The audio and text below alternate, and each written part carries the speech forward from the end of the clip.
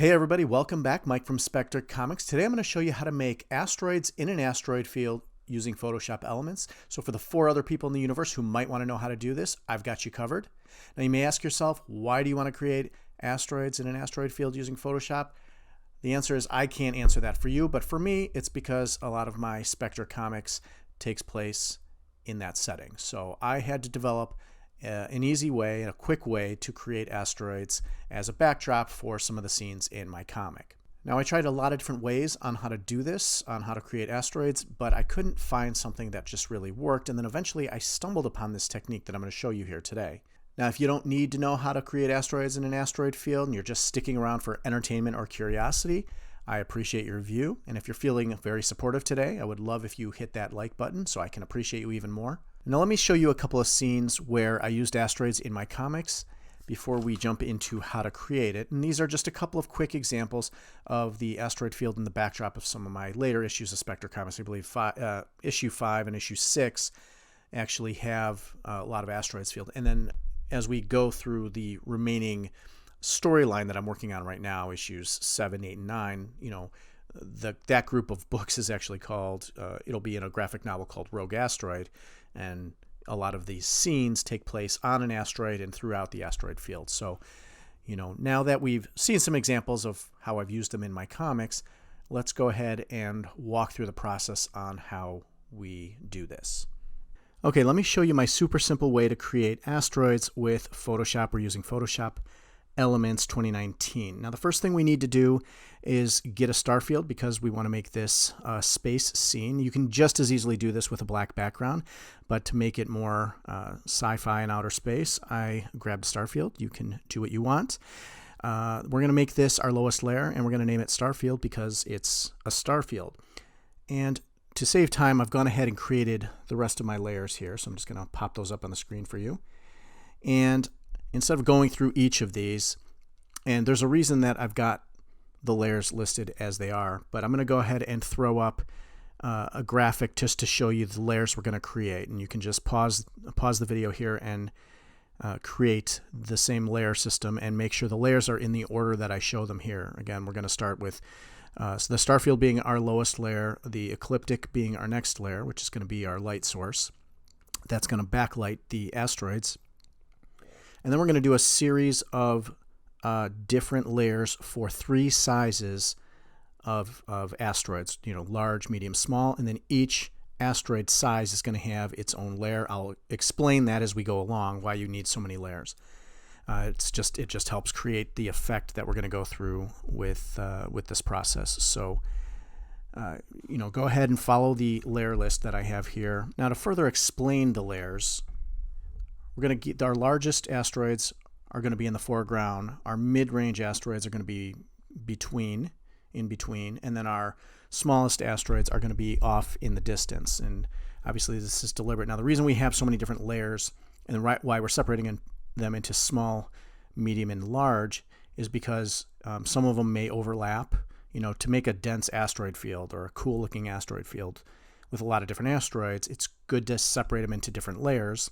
Now let's start in the foreground with the largest asteroids. Now we're going to go all the way up to large white, and we're going to start drawing asteroids. So now I've changed my color setting to white, and we're going to pick a large size diameter with the pencil tool, and I'm just going to go ahead and create large asteroids out of white.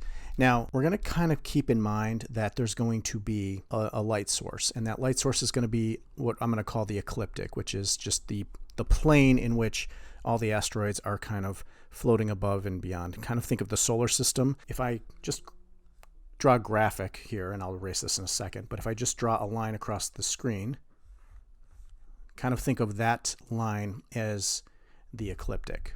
So we'll just remove that. Now we'll go ahead and start drawing some large asteroid sizes, make them, kind of look different shapes. And what we're just trying to do is create random shaped, potato-shaped elements that are going to be our asteroids. Now we'll go ahead and fill these in a minute, but these are our largest asteroids, and you can vary the sizes and the shapes, obviously. And this is going to be our large asteroid. And again, these guys are in the foreground, so I even have one going off the page up here. And I'm not going to do too many because of the size. I don't want them to take up all of the page. But okay, so that's our large asteroids. I'm going to actually turn these halftone, reduce the opacity just so I know where they are. But when I draw my medium, so we're going to go to the medium white layer. Now we're going to start drawing some medium-sized asteroids now. And if I do have some overlap like this, I'm just going to randomly scatter them. Again, because my ecliptic is going to be kind of on an angle, I'm kind of orienting the asteroids angular too. So, and I don't want to spread them too far apart to make a nice dense asteroid field. You know, some of them you have close together, some of them you have farther apart. Okay, that should do that. And now we're going to also change that opacity as well. And now we're going to do our small asteroids, so a small white layer. And now we're going to kind of get a little closer into the drawing. And I'm going to reduce my pen size so I can get some really small, detailed. And these you really, because they're smaller, you really want to try to vary the shape so they all look kind of different. And I'll speed through some of these and just kind of meet you on the other side when I'm done filling this in. But you get the idea. So we're just creating a dense asteroid field with various sized asteroids. And we're just rounding out, again, trying to just do this quickly for the purposes of this video, but you can get as detailed as you want with the locations of these things. And you know, once you kind of see them all together, and it would even be better if we kind of zoom out here to make them more dense towards the ecliptic. You know, this imaginary line we're going to put our light source in a minute. Okay, so let's take a look back. All right, so that looks pretty good. So now let's go back to the other white layers, so medium, and we're going to bring that back up to 100% opacity, and the large also. So that is our silhouette of the background. Now, one other thing, now because I went off the page, I'm going to take the star field layer, and I'm going to highlight it, because the star field kind of represents the border here. I'm going to use the rectangular marquee and the move tool and just move it 1 pixel over and 1 pixel back. And then I'm going to reverse the marquee and just delete. That way all of the layers where I went past the border now will just delete. Okay, so now we have large, medium, and small asteroids. So let's go and let's turn off the other layer. So let's turn off the small layer and let's turn off the medium layer. So now we just have our large asteroids. Now selecting the magic wand tool, and we got to make sure to have contiguous unchecked. We're going to just select the large asteroids. Again, we're highlighting the large white layer.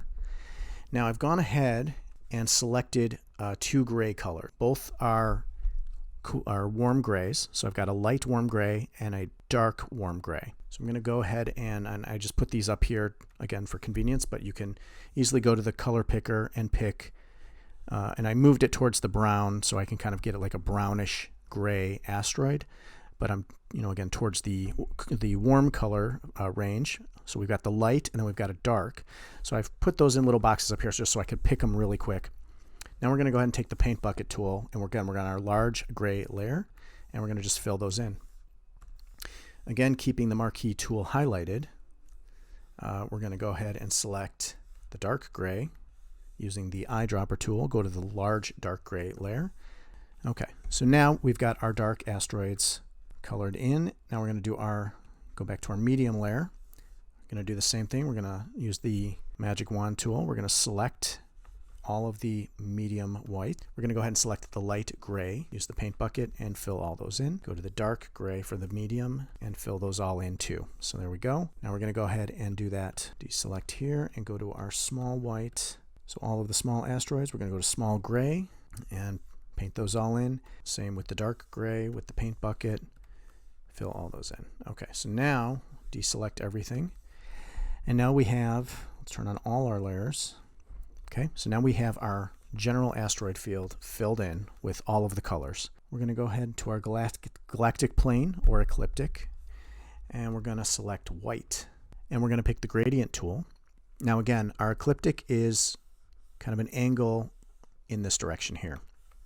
We're going to go ahead and select the reflected gradient, make sure reverse is unchecked, and we're going to go ahead and perpendicular to the ecliptic, draw a line, drag a line from the center outward, and create our light source. So now it looks like there's a light source or a sun off in the distance that's creating a light. It's reflecting off all the gases and stuff. And you can play with this until you get it exactly the way you want it. But it's down at 61%. This is what it would look like at 100%, but you don't want it to be like blinding white. You want it just to be kind of like this light in the middle. You can still see stars through it. See, if we zoom in, you can still see the stars through the ecliptic.